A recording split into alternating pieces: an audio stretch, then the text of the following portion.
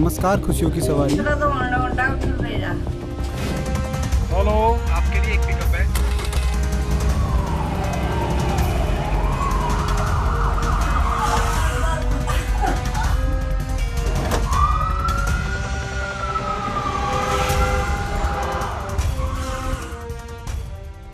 उत्तराखंड में गूंज रही खुशियों की किलकारी, जच्चा बच्चा की सुरक्षा और सुरक्षित प्रसव को सुनिश्चित कर रही खुशियों की सवारी। उत्तराखंड का मातृत्व रहे सुरक्षित और खुशहाल, इसके लिए उत्तराखंड के मुख्यमंत्री पुष्कर सिंह धामी के नेतृत्व में खुशियों की सवारी योजना की सेवा आरंभ कर दी गई है। खुशियों की सवारी राज्य के सभी जनपदों में मातृत्व शक्ति की सेवा के लिए तैनात है, जिसमें लगभग 126 एम्बुलेंस तैनात की गई हैं। गर्भवती महिलाओं को प्रसव हेतु अस्पताल ले जाने के लिए हेल्पलाइन नंबर 102 भी जारी किया गया है, जिस पर कॉल करने पर खुशियों की सवारी तुरंत घर पहुंचकर महिलाओं को अस्पताल पहुंचाकर सुरक्षित प्रसव में सहायता कर रही है। यही नहीं, गर्भवती महिलाओं के सुरक्षित प्रसव के बाद जच्चा बच्चा को चिकित्सक के परामर्श के बाद यही खुशियों की सवारी उनके घर के आंगन तक पहुंचाती है। सुरक्षित प्रसव हो, जच्चा बच्चा रहे स्वस्थ और सुरक्षित, इसी उद्देश्य के साथ उत्तराखंड सरकार लाई है खुशियों की सवारी। मातृशक्ति को मिल रहा उत्तराखंड सरकार का साथ, उत्तराखंड सरकार की खुशियों की सवारी से मिल रहा मातृशक्ति को लाभ।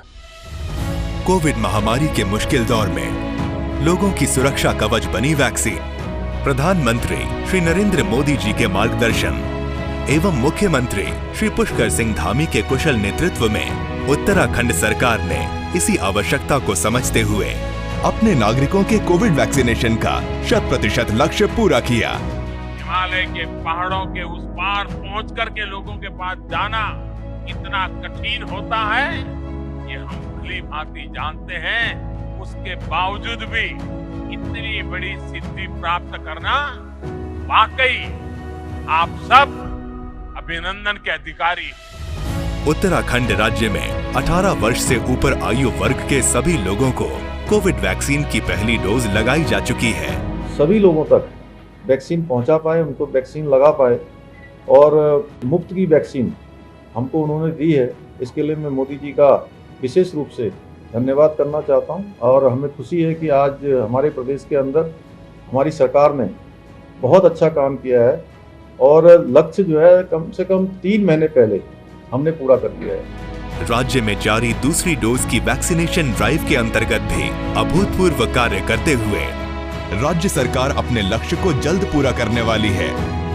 वैक्सीनेशन के शुभ कार्य में पूरी प्रतिबद्धता से समर्पित राज्य सरकार अपना 100% योगदान दे रही है। अपने नागरिकों को कोरोना के साए से मुक्त, सुरक्षित एवं स्वस्थ जीवन का अवसर सुनिश्चित करना उत्तराखंड सरकार की प्राथमिकता है। अगर आपने कोविड की पहली डोज लगवा ली है तो समय पर दूसरी डोज अवश्य लगवाएं। नागरिकों के स्वास्थ्य के प्रति हर कदम तैयार, विकास पथ पर बढ़ती उत्तराखंड सरकार।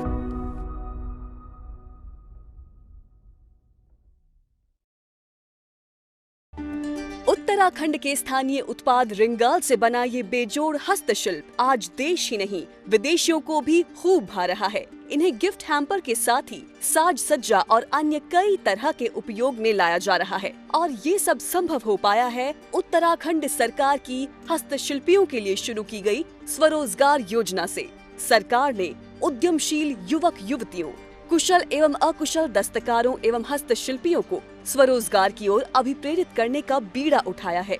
उद्योग विभाग द्वारा मार्गदर्शन देने के साथ ही उद्यम स्थापना से संबंधित सभी योजनाओं की दी जा रही है जानकारी। सरकार की इस पहल से जहां हस्तशिल्पियों को घर पर ही रोजगार मिल रहा है, वहीं उत्तराखंड के पारंपरिक हस्तशिल्प को भी मिल रही है नई पहचान। सूक्ष्म, लघु एवं मध्यम उद्यम विभाग द्वारा मार्जिन मनी की धनराशि अनुदान के रूप में कराई जा रही है उपलब्ध। यहाँ पे हम कैंडी क्राफ्ट में रिंगाल से ज्वेलरी बनाते हैं और खजूर के पत्ते से ज्वेलरी बनाते हैं और काफ़ी ज़्यादा बिकती भी हैं। बाहर के लोग ज़्यादा पसंद करते हैं इन चीज़ों को। जो आज हमारा रिंगाल हस्तशिल्प और वुडन क्राफ्ट का हस्तशिल्प है, वो हमारे देश में ही नहीं विदेश में भी हमारे रिंगाल की जो है काफ़ी मांग हो रही है। मैं इस कार्य के लिए मुख्यमंत्री जी और उत्तराखंड सरकार का तहे दिल से धन्यवाद देता हूँ। प्रधानमंत्री मोदी जी के आत्मनिर्भर भारत के सपने को धरातल पर उतार रही है उत्तराखंड सरकार।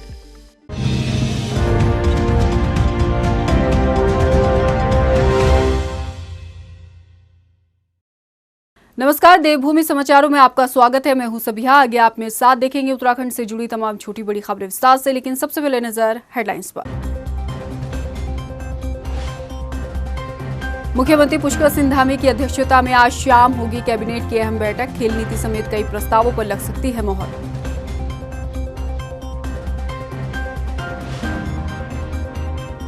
देवस्थानम बोर्ड के विरोध में तीर्थ पुरोहितों ने किया मंत्रियों के आवास का घेराव। कैबिनेट मंत्री सुबोध उनियाल ने दिया 30 नवंबर तक का बोर्ड पर फैसला लेने का आश्वासन। टिकट बंटवारे को लेकर कल होगी कांग्रेस की पहली स्क्रीनिंग कमेटी की बैठक। उम्मीदवारों के चयन को लेकर होगी चर्चा। प्रदेश प्रभारी देवेंद्र यादव करेंगे शिरकत। हेडलाइंस के बाद बुलेटिन में खबरें विस्तार से, और बात करेंगे पहले बड़ी खबर की। आज उत्तराखंड मंत्रिमंडल की बैठक सचिवालय में होगी। ये बैठक मुख्यमंत्री पुष्कर सिंह धामी की अध्यक्षता में आज शाम 5 बजे होगी। बैठक में राज्य की नई खेल नीति के प्रस्ताव पर मोहर लग सकती है। सोमवार को एक कार्यक्रम के दौरान मुख्यमंत्री पुष्कर सिंह धामी ने खेल नीति का प्रस्ताव कैबिनेट में लाए जाने के संकेत दिए हैं। उन्होंने कहा है कि प्रदेश सरकार राज्य के खिलाड़ियों के लिए खेल नीति में कई नए प्रावधान कर रही है। इसके साथ ही बैठक में कई मुद्दों पर चर्चा के बाद अहम फैसलों पर मोहर भी लग सकती है। तो चलिए, ज्यादा जानकारी के लिए देहरादून से हमारे संवाददाता मनीष डंगवाल हमारे साथ फोन लाइन पर जुड़ चुके हैं। मनीष, आज कैबिनेट की बैठक होगी, कितने बजे ये बैठक होगी और क्या कुछ खास रहने वाला है?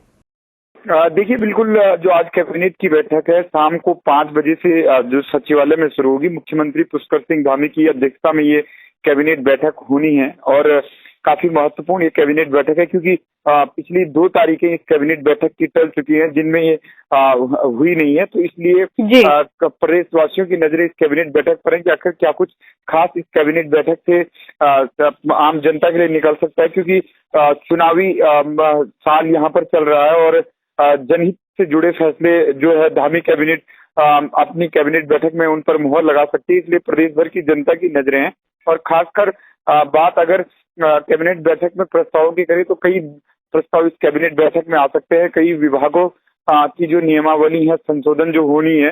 मनीष, कल सीएम पुष्कर सिंह धामी का बयान हमने सुना। उन्होंने कहा था कि कैबिनेट में नई खेल नीति लाई जाएगी। क्या ये जानकारी पुख्ता है?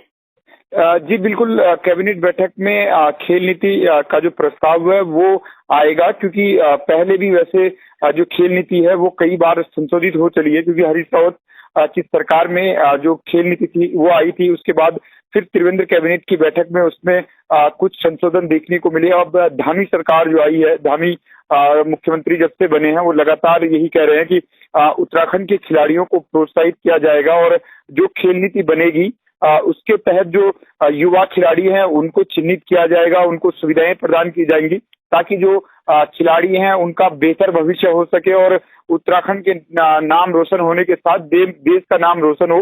तो इस लिहाज से आज की जो कैबिनेट बैठक है उसमें जो खेल नीति है उस पर विस्तार से चर्चा होने की पूरी संभावना है। मनीष, यकीनन खेल नीति सरकार लाने जा रही है, कैबिनेट में प्रस्ताव आने वाला है, लेकिन आपको क्या लगता है कि चुनावी साल है और मेरे ख्याल से जनवरी फरवरी में चुनाव होने हैं, तो क्या सरकार इसके तहत भी, चुनावी रणनीतियों के तहत भी लोक लुभावनी घोषणाएं कर सकती है?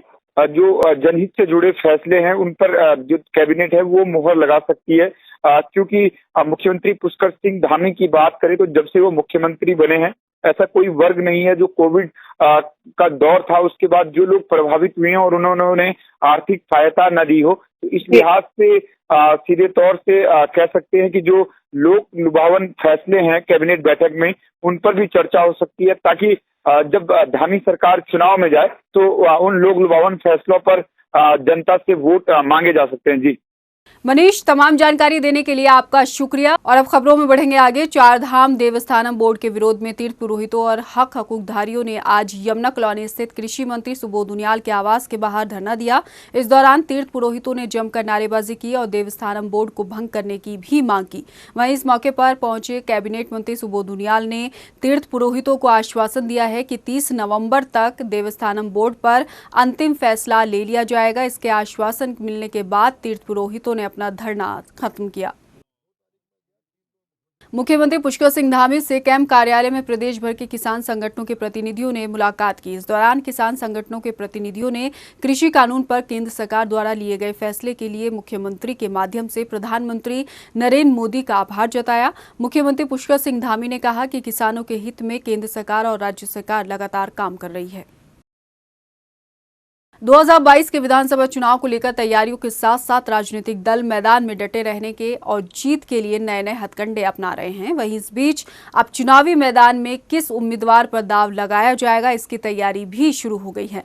कांग्रेस बुधवार को टिकट बंटवारे के लिए एक स्क्रीनिंग कमेटी की पहली बैठक करने जा रही है, जिसमें उम्मीदवारों को लेकर सोच विचार किया जाएगा। इसके साथ ही बैठक में तय होगा कि किस उम्मीदवार को मैदान में उतारना है। इस बैठक में कांग्रेस प्रदेश प्रभारी देवेंद्र यादव भी मौजूद रहेंगे। रुड़की में पूर्व मुख्यमंत्री हरीश रावत ने व्यापारियों को संबोधित करते हुए कहा कि बीजेपी सरकार के दौर में व्यापारियों को भारी परेशानियों का सामना करना पड़ा है, लेकिन अब उत्तराखंड में कांग्रेस की सरकार आएगी तो वो सभी व्यापारियों को उनकी समस्याओं से मुक्ति दिलाने का काम करेंगे। कार्यक्रम के दौरान रुड़की व्यापार मंडल के पद अधिकारियों के साथ साथ भारी संख्या में कांग्रेस कार्यकर्ता और 2022 के चुनाव के टिकट के दावेदार भी मौजूद रहे और अपना दमखम दिखाने का प्रयास किया। रुड़की में मैं व्यापार जगत के लोगों से, उद्यमियों से बातचीत करने के लिए आया हूँ। पार्टी की तरफ से हम ये जानना चाहते हैं कि हमारे चुनाव घोषणा पत्र में वो क्या अपेक्षा करते हैं और 2022 से 2027 के बीच में उत्तराखंड के अंदर व्यापार और उद्योग जगत की उनकी क्या कल्पना है, क्या सोच है, उस पर मैं उनसे भेंट करने वाला। आधुनिकता के इस युग में हमारी आपकी जिंदगी में सोशल मीडिया महत्वपूर्ण रोल अदा करता है, इसलिए चुनावी मौसम में नेता भी प्रचार प्रसार के लिए सोशल मीडिया का सहारा ले रहे हैं। लेकिन हम आपको बताना चाहते हैं कि अगर आप सोशल मीडिया पर कुछ भी कंटेंट अपलोड कर रहे हों या करने जा रहे हों तो उससे पहले हमारी ये रिपोर्ट जरूर देख लें। विधानसभा चुनाव नजदीक आने के साथ ही नेताओं के बीच सोशल मीडिया पर खुद को साबित करने की होड़ मची हुई है। Facebook, Twitter, WhatsApp, YouTube, Instagram जैसे सोशल मीडिया माध्यमों पर नेताओं के जलवे इस बार चुनाव आयोग की निगरानी में रहेंगे। आगामी विधानसभा चुनाव के मद्देनजर सोशल मीडिया की महत्ता समझते हुए निर्वाचन कार्यालय की तरफ से सोशल मीडिया सेल का गठन किया गया है। इसी के साथ मुख्यालय में तैनात सोशल मीडिया निगरानी टीम को भी जिलों से इनपुट लेने के निर्देश दिए हैं। सभी तरह की सामग्री पर नजर रखने को कहा गया है। इसके साथ ही धार्मिक टिप्पणियों और समाज में सांप्रदायिक सौहार्द बिगाड़ने के उद्देश्य से किए जाने वाले पोस्ट पर भी बारीकी से नजर रखने के निर्देश दिए गए हैं। इसके लिए आईटी एक्ट और आईपीसी की धाराओं में मुकदमे दर्ज किए जाएंगे। इस सेल के दो अहम काम होंगे। पहला काम तो प्रत्याशियों के चुनावी खर्च पर नजर रखना होगा और दूसरा काम सोशल मीडिया में प्रचार के लिए भी बाकायदा परमिशन लेनी होगी। एक विशेष कमेटी का गठन किया गया है, जिसमें परमिशन के बाद हर सेकंड का खर्च चुनाव आयोग के सामने रखना होगा। साथ ही सोशल मीडिया पर चुनाव आचार संहिता का उल्लंघन करने पर चुनाव आयोग की ओर से कार्रवाई अमल में लाई जा सकती है। ये सेल चुनावी खर्च और चुनाव आचार संहिता के मद्देनजर सोशल मीडिया की मॉनिटरिंग करेगी। साथ ही सोशल मीडिया का इस्तेमाल करते हुए चुनाव प्रबंधन और मतदाता जागरूकता में अपना योगदान देगी। तो लिहाजा नेताओं को भी अब सोच समझकर अपना चुनावी खर्च करना होगा, क्योंकि चुनाव आयोग की अब पैनी नजर रहेगी। टाइम टीवी के लिए देहरादून से ब्यूरो रिपोर्ट। देहरादून के 3 चौराहों पर लगे ट्रैफिक सिग्नल यातायात दबाव को देखकर खुद ग्रीन और रेड लाइट का टाइम बदल लेंगे। इन चौराहों पर सिग्नलों को ऑटोमेटेड मोड में कर दिया गया है। इसके साथ ही 49 चौराहों और तिराहों पर टाइमिंग में बदलाव किया गया है। यहां पर लगे कैमरे यातायात दबाव की निगरानी कर रहे हैं। यातायात निदेशालय के मुताबिक जल्द ही इन जगहों पर भी ऑटोमेटेड मोड शुरू हो जाएगा। 49 जंक्शन अभी देहरादून में काम कर रहे हैं। उनमें सिर्फ 3 जगहों को अभी वीए मोड, व्हीकल एक्चुएटेड मोड पे किया गया है।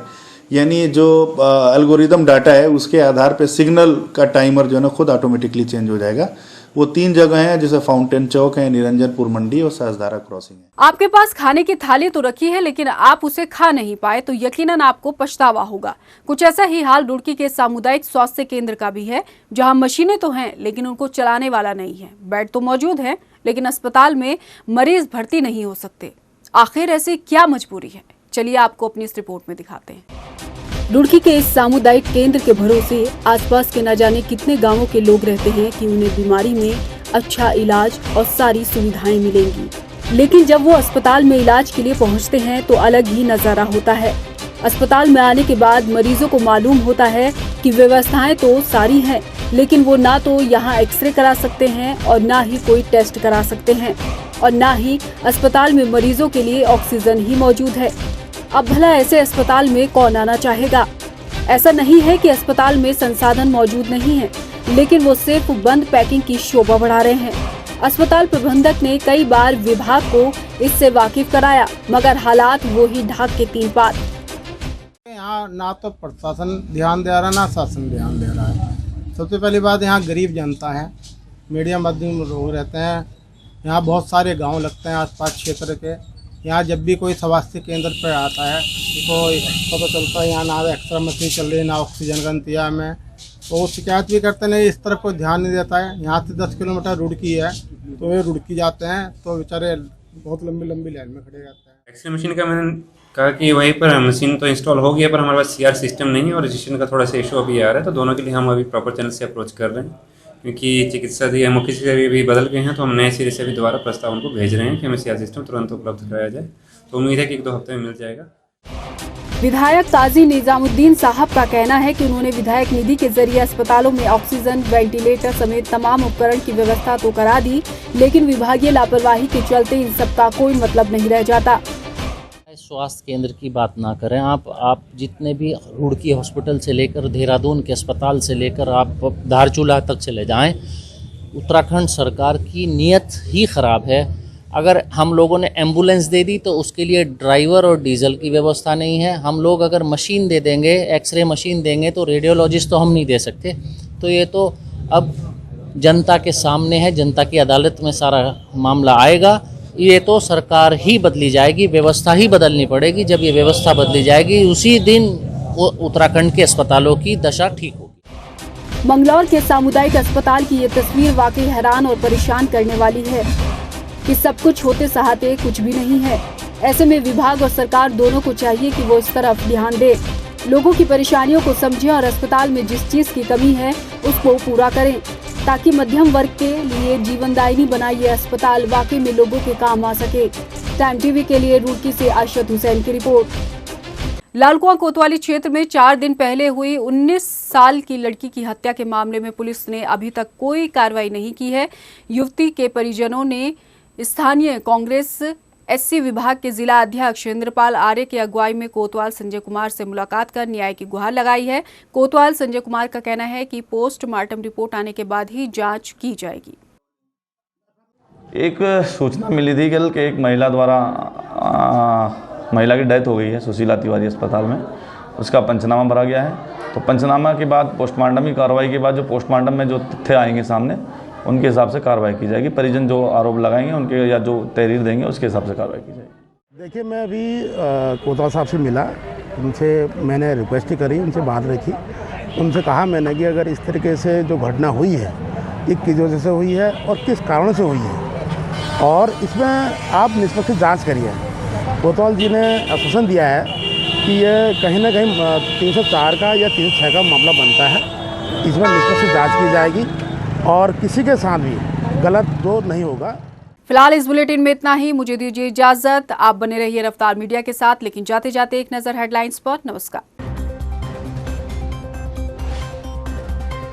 मुख्यमंत्री पुष्कर सिंह धामी की अध्यक्षता में आज शाम होगी कैबिनेट की अहम बैठक। खेल नीति समेत कई प्रस्तावों पर लग सकती है मोहर।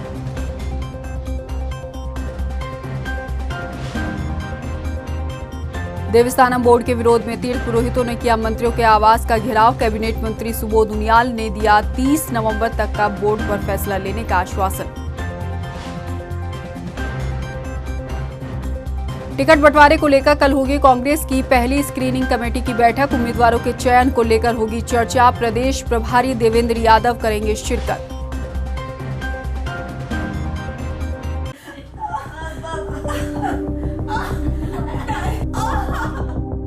नमस्कार, खुशियों की सवारी। हेलो, आपके लिए एक पिकअप है।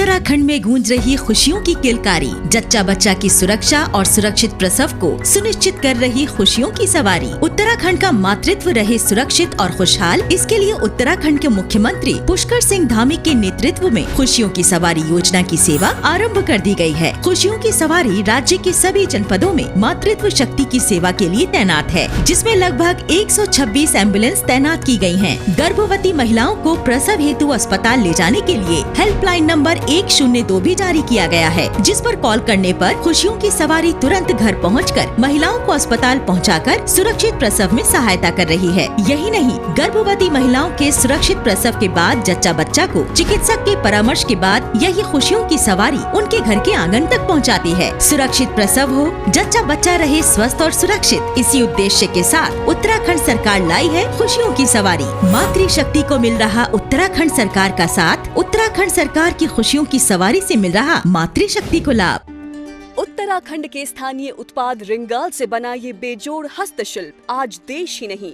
विदेशियों को भी खूब भा रहा है। इन्हें गिफ्ट हैम्पर के साथ ही साज सज्जा और अन्य कई तरह के उपयोग में लाया जा रहा है, और ये सब संभव हो पाया है उत्तराखंड सरकार की हस्तशिल्पियों के लिए शुरू की गई स्वरोजगार योजना से।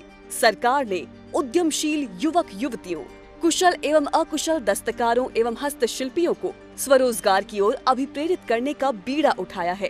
उद्योग विभाग द्वारा मार्गदर्शन देने के साथ ही उद्यम स्थापना से संबंधित सभी योजनाओं की दी जा रही है जानकारी। सरकार की इस पहल से जहां हस्तशिल्पियों को घर पर ही रोजगार मिल रहा है, वहीं उत्तराखंड के पारंपरिक हस्तशिल्प को भी मिल रही है नई पहचान। सूक्ष्म, लघु एवं मध्यम उद्यम विभाग द्वारा मार्जिन मनी की धनराशि अनुदान के रूप में कराई जा रही है उपलब्ध। यहाँ पे हम कैंडी क्राफ्ट में रिंगाल से ज्वेलरी बनाते हैं और खजूर के पत्ते से ज्वेलरी बनाते हैं, और काफ़ी ज़्यादा बिकती भी हैं। बाहर के लोग ज़्यादा पसंद करते हैं इन चीज़ों को। जो आज हमारा रिंगाल हस्तशिल्प और वुडन क्राफ्ट का हस्तशिल्प है, वो हमारे देश में ही नहीं विदेश में भी हमारे रिंगाल की जो है काफ़ी मांग हो रही है। मैं इस कार्य के लिए मुख्यमंत्री जी और उत्तराखंड सरकार का तहे दिल से धन्यवाद देता हूँ। प्रधानमंत्री मोदी जी के आत्मनिर्भर भारत के सपने को धरातल पर उतार रही है उत्तराखंड सरकार।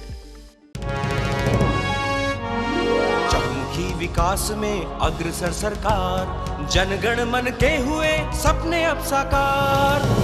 उत्तराखंड में बाहर काम कर रहे युवा वापस लौटकर अपनी खेती से जुड़ रहे हैं। इसका मुख्य कारण है धामी जी की सरकार, जो किसानों के लिए बहुत अच्छा कार्य कर रही है। उत्तराखंड में प्रधानमंत्री किसान सम्मान निधि से किसानों को लाभ मिल चुका है, और उन किसान महिलाओं में मैं भी एक हूँ। सरकारी योजनाओं से जुड़कर मैंने मशरूम की बहुत अच्छी खेती की है और बहुत अच्छा मुनाफा भी कमाया है। इन योजनाओं के लिए मैं उत्तराखंड सरकार को दिल से धन्यवाद देता हूँ। किसानों के संग हैं हम, उत्तराखंड है हम।